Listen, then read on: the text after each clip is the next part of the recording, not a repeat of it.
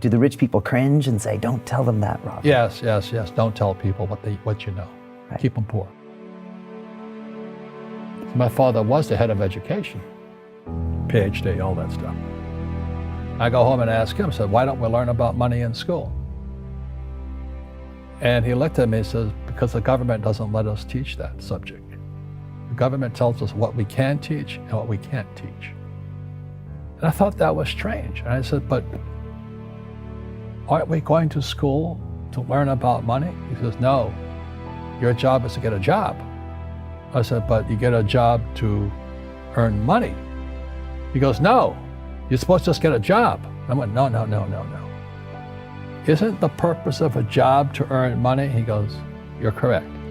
I said, so why don't I just learn about money? I can skip the job part, And he got flustered and he said, if you want to learn about money, why don't you ask your best friend's father about money? And I said, why? That's Mike. So why ask him? He says, because Mike's father is an entrepreneur. And I said, what are you? He says, I'm an employee. I'm a government employee. And I went, oh, what's the difference? He says, the difference is an entrepreneur must know about money, or they're no longer entrepreneurs. And he says an employee doesn't have to know anything about money, because the government will take care of them, the company will take care of them. So I'm all confused. But I took my dad's advice and I trundled over to Mike's father's office and knocked on his door and I said, hey, I'm here, 9 years old. Teach me about money. He says, beat it, kid, But that's where the story of Rich Dad, Poor Dad started. And finally, through persistence, my rich dad started teaching me about money on one condition. And that condition was he would never pay me. He says, the moment I pay you, you think like an employee. He says, that's the trap. Entrepreneurs work for free. And now I'm 9 years old, my head's going cracking in half. He says, you never want a paycheck. You understand that, kid? I said, okay, I got it. And he says, well, how do I make money? He says, that's what entrepreneurs figure out. It's like, so how do I learn about money? So he would just break out a Monopoly game board. So I would work for free. I'd pick up cigarette butts and get hotels and restaurants, and I would clean and do menial tasks. And as I got older, I started getting into office work and marketing and accounting, and I was an apprentice basically, but I always worked for free. And he would teach me about money, but the way he taught me about money was playing Monopoly. And finally one day I got upset. I said, well, when are you going to teach me about money? He says, what do you think we're doing? We're playing Monopoly. He goes, no. What do you think we're doing? We're playing Monopoly. He says, what do you think we're doing? So I don't know. I'm teaching you about money. And then that's when, you have one greenhouse. He says, there's many formulas for great success in money. There's thousands of them, but one of the best ones found on the game of Monopoly. It still is today. 4 greenhouses, 1 red hotel. I said, what? He says, one of the greatest ways to acquire great wealth is playing Monopoly in real life. 4 greenhouses, 1 red hotel. Is that all there is? He goes, that's it. And he says, what do you think I'm doing? And I went, I don't know. So then he took me out and he showed me his greenhouses.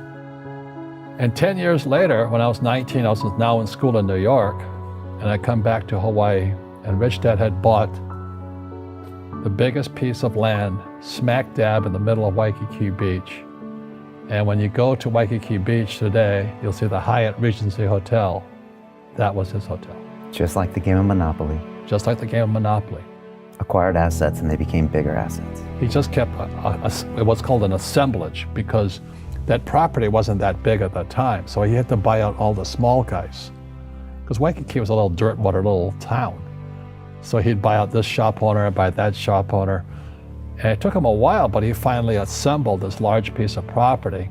And then he and Hyatt put up this giant hotel. And it just sold for $800 million. So that's how I learned about money. I've had financial crashes. I've had people stab me in the back, but they're all good because I grow from it. That's spirituality. People who are afraid of making mistakes, like they teach in school, they don't ever grow. because spirituality is there's good and there's bad, there's right and there's wrong, there's up and there's down. Most people only want to be right, they only want to be positive. Well, you can't have that, that's not reality. Well, I wasn't poor by most people's standards, but I came from a family with a poor attitude, if you know what I mean. Because rich, poor, middle class, poverty starts with a fundamental attitude. Because poverty is passed on. It's taught in your families. And middle class is taught in families. And so the people right now who are sitting at home, who are struggling financially or worried about money or unhappy, they may be making a lot of money, but unhappy with what they're doing, it was probably taught to you. You know, your superego was taught, get a job, work hard, or you'll never be rich, or the rich are evil, or whatever. Because the school system will never teach you about money. The school system was designed to teach you to be an employee, which is important, or a doctor or a lawyer, a specialist, but never about money. And what most people lack is real business knowledge, like accounting, like debt, like taxes. You gotta know that stuff, but they don't teach it in school to anybody. So, and then when people ask me, how did your rich dad learn this when your poor dad, a PhD, didn't? And the answer is very simply, my rich dad was my best friend's father. His father died when he was 13. So rich dad had this family business at 13 to run.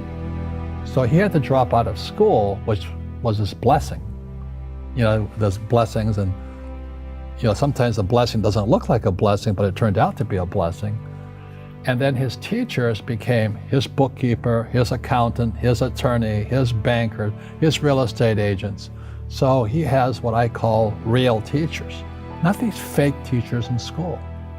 You see, most teachers in school, they're out of ethics. They teach subjects they themselves don't practice. I asked the teacher, I said, I'm in my third year of calculus now. It was called strength of materials. I said, am I ever going to use this stuff? He goes, no. I said, why do you teach it? Because I get paid. I said, do you ever use it? He goes, no. And that's why, you have to, in life, one of the things I suggest to people, you got to find a real teacher versus a fake teacher. And a fake teacher is somebody who doesn't do what they teach. And a real teacher is doing what they teach every day. So my accountants, my attorneys, they're in it every single day. And that's how I learn, because every day I'm solving problems in my business. So I have accountants and attorneys and bankers and all these people on speed dial because I'm solving problems with my team. Do the rich people cringe and say, don't tell them that, Rob? Yes. Don't tell people what you know. Right. Keep them poor. But, unfortunately, the poor, as was in the Bible, I'm not real religious, the poor will always be amongst us because it starts up here. Right, it's that fear mentality. It's in their words, and the words become flesh. Again, I'm not really religious. I flunked out of Sunday school also. But when they say I can't afford it or I can't do that, they go down. They become what they say. My PhD daddy says, what do you think I am, made of money? I can't afford that. And my rich dad would say, that's why he's poor. Poor people say, I can't afford it, I can't do that, I don't have time. Because it's an escape. It's an escape, you know what I mean? It's easy to say, I can't afford it. And your rich dad used to say what instead of, I can't afford it? How can I afford it? How can I do that? What would it take, or why should I do that? He says that a question opens the mind, a statement closes the mind. See, when you say, I can't afford it, your mind shuts down, and you become what you say.